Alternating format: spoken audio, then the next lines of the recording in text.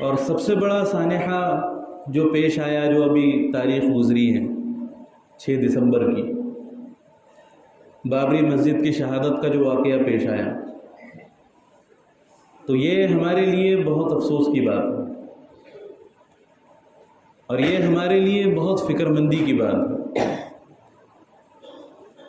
تو ایسے بہت سارے واقعات پیش آ رہے ہیں، ایک دو واقعات نہیں ہیں بلکہ کئی واقعات ہیں، اور سب سے زیادہ جو پریشان کن واقعات ہیں وہ ہمارے آپس میں ہونے والے تنازعات ہیں، وہ ہمارے آپس میں ہونے والے جھگڑے ہیں۔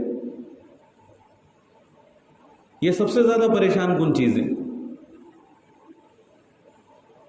دین کے جو دشمن ہیں وہ تو دین کو بعد میں نقصان پہنچائیں گے، لیکن سب سے بڑی افسوس کی چیز اور سب سے زیادہ پریشانی کی چیز یہ ہے کہ ہم خود بھی دین کو نقصان پہنچانے میں لگے ہوئے۔ یہ سب سے زیادہ خطرناک چیز ہے نا۔ باڈی کا کام ہے بیماریوں کا علاج کرنا۔ ڈاکٹر حضرات کہتے ہیں کہ ہماری باڈی کے اندر ایک امیونٹی پاور ہوتی جو بڑی سے بڑی بیماری سے لڑنے کی صلاحیت رکھتی، بڑی سے بڑی بیماری اس کے ذریعے سے اچھی ہو جاتی۔ لیکن جب کسی انسان کو ڈائبٹیز ہو جاتی ہے، کوئی انسان شوگر کا مریض بن جاتا ہے، تو پھر جو اس کی حفاظت کا نظام ہے اس کی باڈی کا، وہ الٹا خود اس کو نقصان پہنچانا شروع کر دیتا، وہ الٹا خود اس کو نقصان پہنچانا شروع کر دیتا۔ اس لیے کوئی اگر شوگر کا مریض ہے تو اس کا زخم جلدی سے نہیں بھرتا۔ یہ تجربے کی چیز ہے، یہ مثال ہے سمجھنے کے لیے، ہے نا۔ تو دین کے معاملے میں ہم سارے کے سارے شوگر کے مریض بن کے بیٹھے ہوئے، خود ہی ہم اپنے ہاتھوں سے دین کو نقصان پہنچانے میں لگے ہوئے۔ اور ہمارا دین کو نقصان پہنچانا کیا ہے؟ ہمارا دین کو سب سے بڑی ہمارا نقصان پہنچانے والی چیز ہماری بے حسی، یہ سب سے بڑی چیز۔ آج امت مسلمہ میں ہر چیز ہم کو نظر آئے گی، کوئی واقعہ پیش آ جائے تو اس کے اوپر افسوس کا اظہار بھی ہوگا، ہے نا، افسوس کا اظہار بھی ہوگا، اس کا احساس بھی، اس کے لیے کچھ الفاظ بھی ہماری زبان سے نکلیں گے، لیکن یہاں تک ہم کبھی نہیں پہنچتے کہ عملی اعتبار سے ہم اس کے لیے کیا کر سکتے۔ صرف ماتم منانے سے، یا صرف کالا دن منانے سے، یا صرف کچھ جملے زبان سے ادا کر دینے سے کوئی فائدہ حاصل ہونے والا نہیں ہے۔ یہ بھی ایک چیز ہے کہ ہم پر حالات آئے، ہم پر مصیبت آئی تو اس کا افسوس انسان کو ہوتا ہے، لیکن صرف افسوس کر کے بیٹھ جانا یہ اس کا کوئی حل نہیں ہے کہ صرف ہم افسوس کرتے رہے، اور وہ بھی صرف سال میں ایک دن۔ جب 6 دسمبر کا دن آئے تو ہم افسوس کرنا شروع کر دیں، واٹس ایپ پہ اسٹیٹس رکھ دیں کہ بھئی ہم بہت زیادہ غمزدہ ہیں، ہے نا، یا سوشل میڈیا پر کچھ پوسٹ شیئر کر دیں، فیس بک پر، واٹس ایپ پر۔ صرف سال میں ایک مرتبہ غم منائیں، اور 7 دسمبر آ گئی تو بھول لیں، 7 دسمبر آ گئی تو بھول لیں۔ تو یہ معاملے میں ہماری بہت زیادہ بے حسی ہے کہ ہم عملی اعتبار سے کیا کر سکتے ہیں، ہم اس کی کوشش نہیں کرتے، نہ جاننے کی فکر کرتے ہیں کہ عملی اعتبار سے ہماری کیا ذمہ داری، عملی اعتبار سے ہمیں کیا کرنا چاہیے، ہے نا۔ اگر واقعتاً ہمیں افسوس ہے، اگر واقعتاً ہمیں قلق ہے، تو ہمیں وہ اسباب اختیار کرنے چاہیے جس کے ذریعے سے اسلام اور مسلمانوں کو پہلے بھی ترقی ملی تھی اور آج بھی مل سکتی۔ اگر ہم اپنی تاریخ کو اٹھا کر دیکھیں گے تو مسلمانوں کو عزت صرف اور صرف دین اسلام کی وجہ سے ملی، اس کے علاوہ کوئی چیز مسلمانوں کو عزت دلانے والی نہیں ہے نا۔ لیکن آج ہم دیکھیں کہ ہمارا دین کے ساتھ کیا رویہ ہے، دین کے ساتھ ہم خود کتنا بڑا ظلم کر رہے ہیں۔ بابری مسجد کا تذکرہ نکل جائے تو ہر مسلمان کا خون کھولنا شروع ہوگا، ہر مسلمان کو غصہ آنا شروع ہو جائے گا، لیکن یہ جو محلے کے ہماری مساجد ہے، اس کی ویرانی کا کون ذمہ دار ہے؟ اس کے ویران کرنے کا کون ذمہ دار ہے؟ کون سی حکومت کی سازش ہے جس نے ہمیں مسجدوں میں آنے سے روک دیا ہے؟ کس نے یہ سازش کی ہے نا؟ یہ تو خود ہمارے دلوں میں کوئی قدر و قیمت نہیں کہ اللہ کا پیغام آ رہا ہے، ہمارے کانوں میں پڑ رہا ہے، اللہ رب العزت کا منادی آواز لگا رہا ہے، اللہ اکبر کہ میرے بندو میں ہی سب سے بڑا ہوں، اللہ ہی سب سے بڑا ہے۔ 4 مرتبہ مؤذن یہ پکار لگاتا ہے، کلمے کی یاد دلاتا ہے کہ اشہد ان لا الہ الا اللہ، کہ یاد کرو کہ تم نے اللہ کی بندگی کا اقرار کیا، اشہد ان محمد رسول اللہ، یاد کرو کہ تم نے حضرت محمد الرسول اللہ صلی اللہ علیہ وسلم کی رسالت کو تسلیم کیا، حی علی الصلاۃ، آؤ نماز کی طرف۔ یعنی صرف زبانی دعوے مت کرو، زبانی دعووں سے کام نہیں چلے گا، بلکہ اپنے قدم مسجد کی طرف بڑھاؤ، مسجد کی طرف آؤ، حی علی الفلاح۔ تو اس کے بدلے میں کیا ملے گا کہ اللہ رب العزت تمہیں دونوں جہاں کی کامیابی عطا فرما دے۔ اللہ رب العزت کیا کریں گے؟ دونوں جہاں کی کامیابی دیں گے۔ پھر اسی دعوت پر جہاں سے شروع ہوا تھا، اللہ اکبر، کہ یاد رکھو اللہ سب سے بڑا ہے، اللہ سب سے بڑا ہے، لا الہ الا اللہ، اور اللہ کے سوا کوئی ذات قابل اطاعت نہیں ہے، کوئی ذات بندگی کے لائق نہیں۔ تو اللہ رب العزت نے اسی لیے اذان کو دعوت تامہ کہا کہ مکمل دعوت، اللہم رب هذه الدعوت التامہ۔ ہم جو اذان کے بعد دعا پڑھتے ہیں، جو دعا پڑھنے کا ہمیں حکم دیا گیا، تو اس کے اندر کیا دعا سکھائی ہمیں نبی صلی اللہ علیہ وسلم نے؟ اللہم رب هذه الدعوت التامہ، کہ اے اللہ اس کامل اور مکمل دعوت کے رب، اس کامل اور مکمل دعوت کے رب۔ جو یہ اذان جو اللہ رب العزت نے مشروع کی ہے، یہ ہر مسلمان کے لیے کامل اور مکمل دعوت، اور یہ کس کی طرف سے دعوت دی جا رہی ہے؟ یہ اللہ رب العزت کی طرف سے سیدھی دعوت دی جا رہی ہے نا؟ اللہ تعالیٰ اگر چاہتے تو اللہ رب العزت یہ بھی کر سکتے تھے کہ بھائی ریکارڈنگ کر لو اور ریکارڈنگ 5 وقت چلا دیا کرو، یہ بھی تو ممکن تھا نا۔ اس میں تو اور زیادہ سہولت تھی کہ بھئی مکے کی اذان ریکارڈ کر کے لا لو اور ہر مسجد میں 5 وقت بجا دو، خوبصورت آواز بھی ہے، چاروں طرف شہر میں سنائی بھی دیں گی، ہے نا، اور اچھی بھی لگیں گی سننے میں۔ لیکن اللہ رب العزت نے ایک مؤذن کو متعین کیا کہ وہ 5 وقت اللہ رب العزت کا قاصد بن کر، اللہ رب العزت کا ڈاکیہ بن کر، اللہ رب العزت کا پیغام پہنچانے والا بن کر تمام مسلمانوں کے کان میں یہ خبر پہنچائے کہ مسلمانوں آؤ نماز کے لیے، مسلمانوں آؤ نماز کے لیے۔ ایک کامل اور مکمل دعوت اللہ رب العزت کی طرف سے چل جائے۔ اور پہلی بات اگر غور کیا جائے تو اذان کی پھر تو ضرورت ہی نہیں، جیسے آج گھڑی کا زمانہ ہے۔ اب پہلے دور میں تو چلو گھڑیاں نہیں ہوتی تھی تو متوجہ کرنے کی ضرورت پڑتی تھی کہ اب نماز کا وقت ہو گیا، نماز کے لیے جانا پڑے گا، لیکن آج کے زمانے میں تو گھڑی، اب اگر صرف ٹائم اگر بتا دیا جائے کہ بھائی ظہر کا وقت 2 بجے ہے، تو جب 2 بجے کا ٹائم ہو مسجد میں آ جاؤ، عصر کا وقت 5 بجے ہے، 5 بجے کا ٹائم ہو تو مسجد میں آ جاؤ۔ لیکن یہ معاملہ اللہ رب العزت نے نہیں رکھا، بلکہ 5 وقت اذان دو، 5 وقت اذان دو، 5 وقت اللہ کا نام ہر مسلمان کے کان میں پڑھنا چاہیے، تاکہ اللہ رب العزت اپنی حجت تمام کر سکے، تاکہ کوئی یہ نہ کہہ سکے کہ اذان کا وقت جب ہوا، نماز کا وقت جب ہوا تو مجھے احساس ہی نہیں ہوا، میں کاروبار میں مگن تھا، میں تجارت میں مصروف تھا، مجھے پتہ ہی نہیں چلا، ہے نا، تاکہ کوئی یہ نہ کہہ سکے قیامت میں۔ اللہ تعالیٰ کہیں گے کہ مکمل دعوت تیرے کانوں میں پڑی، میں 5 وقت تجھے بلاتا رہا، تو فجر میں نہیں آیا تو ظہر میں تیرے کان میں دعوت پہنچی، ظہر میں بھی نہیں آیا تو عصر میں تیرے کان میں دعوت پہنچی، 5 وقت تیرے کان میں میری آواز پہنچتی رہی، لیکن تو اتنا بڑا ظالم تھا کہ اپنے خالق و مالک کی پکار کو سننے کے لیے تیار نہیں تھا۔ تیرا کاروبار تجھے عزیز تھا، تیری تجارت تجھے عزیز تھی، تیری دنیا داری تجھے عزیز تھی، یہ ساری چیزیں تیری نظر میں محبوب تھی، لیکن میرے حکم کی تعمیل کرنا یہ تیرے لیے پسندیدہ نہیں تھا، تو نے اس کو ضروری نہیں سمجھا، تو نے سمجھا کہ بھئی اسلام کا حق تو صرف ہم جمعہ پڑھ کے ادا کر لیں گے، ہے نا، ہفتے میں 1 دن مسجد میں آ جائیں گے اور اسلام کا حق ادا ہو جائے گا، اور وہ بھی 2 رکعت پڑھ کے ایسا بھاگیں گے کہ جیسے ہم کو قید کیا گیا تھا اور قید سے آزادی ملی، ہم کو قید کر دیا گیا تھا اور قید سے آزادی ملی۔ دیکھو تعان و تشنیع کرنا مقصود نہیں ہے، اور تعان و تشنیع کر کے کوئی فائدہ بھی نہیں، کس کا فائدہ ہے اس میں؟ نہ میرا کوئی فائدہ ہے نہ آپ کا کوئی فائدہ ہے۔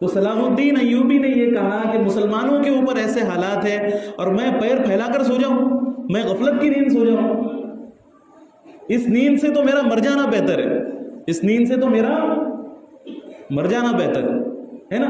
ایک مقصد تھا، ایک جوش تھا، ایک جنون تھا، تب جا کر اللہ رب العزت نے یہ فتوحات کے دروازے ان کے لیے کھولے، تب جا کر یہ ساری چیزیں میسر ہوئی۔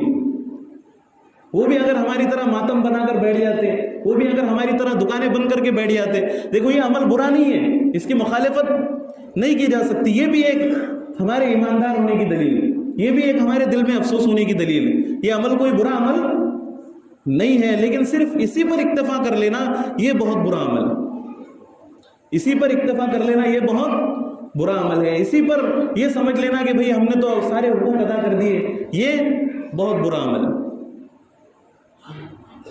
یہ بہت برا عمل۔ تو ان کی زندگی کا مقصد تھا اسلام، ان کی زندگی کا مقصد کیا تھا؟ اسلام۔ تو یہ ساری چیزیں اللہ رب العزت نے ان کے قدموں میں لا کر ڈالا۔ لیکن ہم سوچیں ہماری زندگی کا مقصد کیا ہے، ہم دیکھیں ہماری زندگی کا مقصد کیا ہے، ہمیں کیا نظر آئے گا؟ ہماری زندگی کے مقصد کچھ بھی نظر نہیں آئے گا، بس کھانا پینا مل جائے، تھوڑی بہت ضرورت کی چیزیں فراہم ہو جائیں، اور میں اس میں اپنے آپ کو بھی شامل کر رہا ہوں، ایسا نہیں ہے کہ صرف آپ کے لیے۔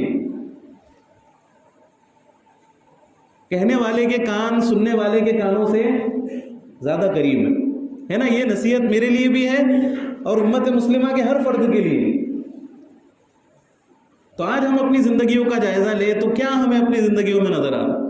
خود جائزہ لیں، دنیا کی فکر کے علاوہ اور ان تمام چیزوں کی فکر کے علاوہ کوئی چیز ہمیں نظر نہیں آتی، بس انہی چیزوں کے پیچھے ہمارا سارا دار و مدار چل رہا ہے، اور دین کی صرف باتیں ہیں، اور وہ بھی غنیمت ہے کہ باتیں ہیں کم سے کم، ہے نا، یہ بھی غنیمت ہے کہ کم سے کم اتنی چیزیں تو موجود ہے، اتنی چیزیں تو موجود ہے کم سے کم۔ کچھ چیزوں میں تو کم سے کم اسلام کی پاسداری ہے، کچھ چیزوں میں کم سے کم اسلام کا احساس ہے، یہ بہت بڑی غنیمت ہے، یہ بھی بہت بڑی نعمت ہے کہ کچھ چیزیں ہمارے پاس محفوظ ہیں، لیکن کچھ چیزوں پر عمل کرنے سے کام چلنے والا نہیں ہے۔ مکمل اسلام کا درد ہمارے دلوں کے اندر ہمیں پیدا کرنا پڑے، مساجد کا درد ہمارے دلوں کے اندر ہمیں پیدا کرنا پڑے، محلے کی مسجدوں کو ہمیں آباد کرنا پڑے، جہاں پر عمل کرنے کی آزادی ہوتی ہے، اگر مسلمان وہاں پر عمل کرنا چھوڑ دے تو تاریخ اس بات کی گواہی دیتی ہے کہ پھر اللہ رب العزت اس عمل سے بھی محروم کر دیتے، اس عمل سے بھی محروم کر دیتے۔ اسپین میں دنیا کی سب سے بڑی مسجد موجود ہے مسلمانوں، سب سے بڑی مسجد ہے دنیا کی، جس کے 800 ستون ہیں۔ کتنے ستون ہیں اس کے؟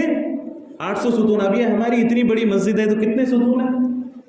8 ہوں گے میرے خیال سے صرف، یا 10-12 ہوں گے، جو بھی ہوں گے، لیکن 800 ستون جس مسجد کے ہیں تو وہ مسجد کتنی بڑی ہے، اور مسلمانوں کی ایک وقت میں عظیم و شان خلافت رہی وہاں پر، لیکن مسلمان عیاشی میں مبتلا ہو گئے، عیاشی میں مبتلا ہو گئے، دنیا کی محبت پہ مگن ہو گئے، ہے نا۔ پھر ایک وقت ایسا آیا کہ وہاں پر کسی مسلمان کو 2 رکعت نماز پڑھنے کی بھی اجازت نہیں تھی، 2 رکعت نماز پڑھنے کی بھی اجازت نہیں مل سکتی، نہ اذان دینے کی اجازت، وہ مسجد ویران پڑی ہوئی، اتنی بڑی مسجد مسلمانوں کی، جو مسلمانوں کی عظمت کی نشانی ہے، 2 رکعت نماز پڑھنے کی اجازت نہیں۔ تو آج ہم اپنی مسجدوں کو ویران کر رہے ہیں، اور کل کوئی ایسا حادثہ پیش آ جائے تو پھر ہم دوبارہ کہنا شروع کر دیں گے، دوبارہ شکوے کرنا شروع کر دیں گے۔ تو اصل سب سے بڑے ظالم ہم ہیں، اصل سب سے بڑے دین کو نقصان پہنچانے والے کون ہیں؟ ہم ہیں۔ اگر ہم اپنے دلوں کے اندر احساس پیدا کر لیں، اگر ہم اپنے دلوں کے اندر یہ شعور پیدا کر لیں کہ آج سے میں جتنا جانتا ہوں اتنا اسلام کے اوپر عمل کروں گا، تو کایا پلٹ ہو جائے، کایا پلٹ ہو جائے۔ کتنے بھی اسباب اختیار کر لو، کچھ بھی کر لو، لیکن اگر دین زندگیوں میں نہیں ہے تو اللہ رب العزت کی طرف سے ذلت ہی کا فیصلہ ہو، اس کے علاوہ کوئی فیصلہ نہیں ہو سکتا، کچھ بھی کر لو، کیونکہ طاقت و قوت کے بلبوتے پر مسلمانوں کو کبھی عزت نہیں ملی، مال و دولت کے بلبوتے پر مسلمانوں کو کبھی عزت نہیں ملی۔ یہ اسی بیت المقدس کا ایک واقعہ ہے جب حضرت عمر رضی اللہ عنہ نے پہلی مرتبہ بیت المقدس کو فتح کیا، مسجد اقصیٰ کو فتح کیا، تو حضرت ابو عبیدہ ابن جراح اس لشکر کے کمانڈر تھے۔ اب انہوں نے چاروں طرف سے جو بیت المقدس کا دروازہ تھا اس کو گھیر لیا۔ اب ان کے پاس ساری چیزیں موجود تھی، پانی بھی موجود، کھانا بھی موجود، ساری حفاظت کی تدبیریں موجود۔ انہوں نے دروازہ بند کیا اور اندر ہو کر بیٹھ گئے قلعے کو بند کر۔ اب نہ دیوار کو توڑا جا سکتا ہے، نہ دیوار کو پھلانگا جا سکتا ہے، اور ان کے پاس سارے اسباب موجود کہ یہ کتنے بھی دنوں تک اگر کھڑے رہے تو ہمارے پاس سارے وسائل موجود ہیں، ہمیں دروازہ کھولنے کی ضرورت نہیں ہے۔ تو محاصرہ طویل ہوتا گیا، مسلمان کھڑے ہوئے لیکن کوئی آثار نظر نہیں آ رہے۔ تو ان کے جو علماء تھے عیسائیوں کے، وہ اس دروازے کی چھت پر آئے اور انہوں نے آ کر کہا کہ مسلمانوں، اگر تم قیامت تک بھی اس حصار کو، اس فصیل کو گھیر کر کھڑے رہو تو تمہیں فتح ملنے والی نہیں ہے، تم اپنے وقت کو ضائع کر رہے ہو۔ ہاں مگر ایک درویش آنے والا ہے، ایک درویش بادشاہ آنے والا ہے جس کے ہاتھوں سے یہ شہر فتح ہونا لکھا ہے، جس کے ہاتھوں سے یہ شہر فتح ہونا لکھا ہے۔ تو حضرت عبیدہ ابن جراح رضی اللہ عنہ کو یہ خیال آیا کہ وہ بادشاہ تو مدینہ میں موجود ہے، حضرت عمر فاروق رضی اللہ عنہ کی شکل میں، وہ بادشاہ تو حضرت عمر فاروق ہے۔ تو انہوں نے فوراً حضرت عمر رضی اللہ عنہ کو خط لکھا کہ آپ تشریف لائیں۔ تو حضرت عمر فاروق رضی اللہ عنہ اس حال میں تشریف لائے کہ ان کا نوکر اونٹ کے اوپر سوار تھا اور وہ خود اونٹ کی نکیل پکڑ کر اس شہر کے اندر داخل ہو رہے۔ اس شان کے ساتھ حضرت عمر فاروق رضی اللہ عنہ تشریف لائے، کیونکہ آپ کی ذاتی سواری صرف ایک تھی۔ اگر چاہتے تو خلیفہ وقت تھے، اچھی سے اچھی سواری کا انتظام کر سکتے تھے، ایک لاؤ لشکر کے ساتھ آ سکتے تھے، لیکن حضرت عمر فاروق رضی اللہ عنہ نے کہا کہ میرا ذاتی اونٹ ایک ہی ہے، تو اس میرے سفر کے لیے صرف ایک ہی اونٹ کا استعمال ہو، اور جب ایک اونٹ ہے اور بیٹھنے والے دو لوگ ہیں، سوار ہونے والے دو لوگ ہیں، تو یہ ایک کے ساتھ ظلم ہوگا کہ ایک چلتا رہے اور دوسرا سواری کا مزہ لے، دوسرا سواری پر سوار رہے۔ تو انہوں نے باری مقرر کی کہ 1 کلومیٹر تک تم، یہ میں اپنے الفاظ میں کہہ رہا ہوں، یعنی جو بھی انہوں نے میعاد مقرر کی ہوں گی کہ تھوڑے فاصلے تک تم اونٹ کی سواری کرنا، تھوڑے فاصلے تک میں اونٹ کی سواری کروں گا، اور کس کے ساتھ؟ اپنے غلام کے ساتھ، اپنے غلام کے ساتھ۔ اگر چاہتے تو پورا سفر بھی ان کے ذریعے سے طے کروا سکتے تھے، لیکن اپنے غلام کے ساتھ انہوں نے ایسا معاملہ کیا۔ تو جب شہر میں داخل ہوئے تو باری ان کے غلام کے سواری کرنے کی تھی، تو امیر المؤمنین جو ہے وہ نکیل کو پکڑے ہوئے اور شہر کے اندر داخل ہوئے۔ وہ غلام جو تھے وہ کہنے لگے، غالباً ان کا نام اسلم تھا یا نافع تھا، تو وہ کہنے لگے کہ امیر المؤمنین آپ تو اپنی بات پر اٹل ہیں، آپ تو اپنی بات پر قائم ہیں، لیکن لوگ میرا جینا حرام کر دیں گے کہ میں ایک غلام ہو کر امیر المؤمنین کے ذریعے سے اونٹ کی سواری کر رہا ہوں، میں اونٹ پر سوار ہوں اور امیر المؤمنین پیدل چل رہے اونٹ کی نکیل پکڑ۔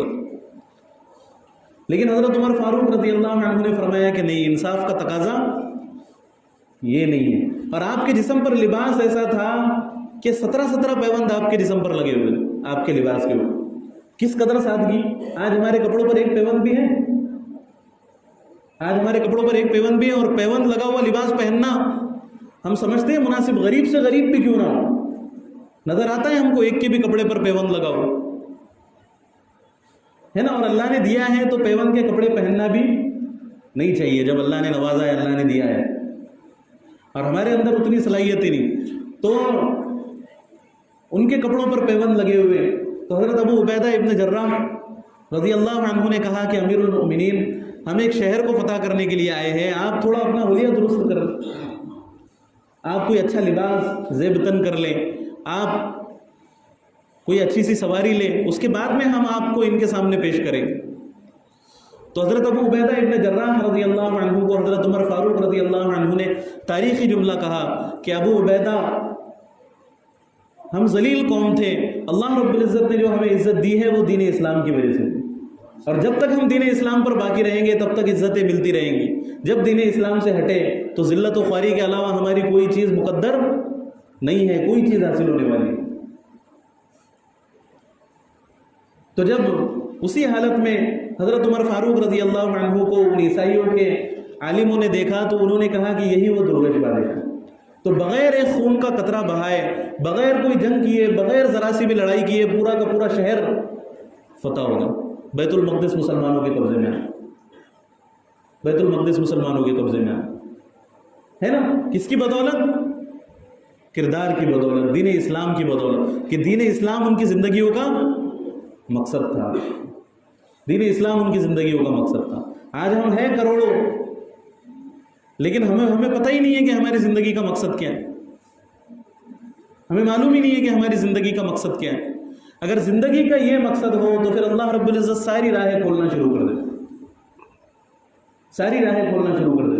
اب یہ باتیں تو بہت ساری ہو گئی، لیکن عملی لحاظ سے سب سے پہلے جو چیز ہم کو کرنا ہے وہ نمازوں کی پابندی۔ سب سے پہلے کون سی چیز کرنا ہے؟ نمازوں کی پابندی سب سے پہلے۔ جتنی تعداد ہمیں یہاں پر نظر آ رہی ہے اتنی ہی تعداد فجر میں بھی نظر آئے، اتنی ہی تعداد فجر میں بھی نظر آئے، اتنی ہی تعداد ہر نماز کے اندر موجود ہو۔ سب سے پہلے ہم کو یہ کام کرنا ہے۔ ہر مسلمان یہ عزم کرے کہ انشاءاللہ میری ایک بھی نماز قضا نہیں ہوں گی، ہر مسلمان یہ ارادہ کرے، تو یہ ہمارا سب سے پہلا قدم ہوگا عملی اعتبار۔ ورنہ باتیں کرتے کرتے زندگی گزر جائیں گی، نسلیں گزر جائیں گی، صدیاں گزر جائیں گی، لیکن کچھ بھی ہونے والا نہیں ہے۔ تو سب سے پہلے اسٹیپ یہ، اور اللہ تعالیٰ طاقت سے زیادہ کا مکلف نہیں بناتے، جتنی ہمارے اندر طاقت ہے اتنا کرو۔ اب نماز پڑھنے کی کس کے اندر طاقت نہیں ہے؟ کون عذر پیش کر سکتا ہے؟ کس نے روکا تھا؟ کس نے ہاتھ پیر باندھ دیے تھے؟ کس نے پابندی لگائی تھی؟ کون سے یہودی کی سازش تھی؟ یہ کون سے انگریزوں کی سازش تھی؟ ہے نا؟ ہر ایک کے اندر طاقت ہے، لیکن جان بوجھ کر اندھا بننے والے کا کوئی علاج نہیں ہے نا؟ تو سب سے پہلے نمازوں کا اہتمام ہم کو کرنا ہے۔ کریں گے انشاءاللہ سب؟ انشاءاللہ کی آواز بھی 2-3 لوگوں کی ہے، یعنی انشاءاللہ بولنے کی بھی طاقت نہیں ہے ہمارے اندر، ہے نا؟ تو انشاءاللہ پہلے بولیں گے تو پھر عمل کریں گے۔ انشاءاللہ تو دل سے نکلے کم سے کم۔ اب انشاءاللہ کی بھی 2 قسمیں ہیں، ایک انشاءاللہ تعالی اور ایک انشاءاللہ تعالی، ہے نا؟ کہ انشاءاللہ تو ہم نے بول دی ہے لیکن کرنے کا ہمارا بھی ارادہ نہیں ہے نا؟ تو انشاءاللہ تو بہت ہے ہمارے پاس، خزانہ ہے انشاءاللہ کا، ہر بات پہ انشاءاللہ، لیکن انشاءاللہ کون سا کامیاب ہوگا جب دل سے نکلے، ہے نا؟ تو کریں گے انشاءاللہ؟ ہاں، اللہ تعالیٰ قبول کرے، اللہ تعالیٰ قبول کرو۔ اور دوسری چیز یہ ہے کہ ہمیں اچھی باتوں کا حکم کرنا ہے اور بری باتوں سے روکنا ہے، یہ دوسرا اسٹیپ۔ تو یہ 2 چیزیں بھی اگر ہم شروع کر دیں تو انشاءاللہ العزیز دھیرے دھیرے ہم عملی میدان میں اتر جائیں گے۔ یہ ہر آدمی کر سکتا ہے یہ کام۔ اپنے آپ سے شروع کرو اصلاح کی فکر، پھر اپنے اہل و عیال کی فکر کرو، اپنے اہل و عیال کو دعوت دو، ہے نا؟ تو یہ 2 کام کرنے کے، اس سے ہم عملی میدان میں اتریں گے انشاءاللہ۔ تو یہ مکمل گفتگو ہو گئی۔ اللہ تعالیٰ سے دعائیں ہیں کہ اللہ تعالیٰ ان تمام چیزوں کو ہمارے دلوں میں راسخ فرما دے اور ہم سب کو اخلاص نیت کے ساتھ عمل کرنے کی توفیق عطا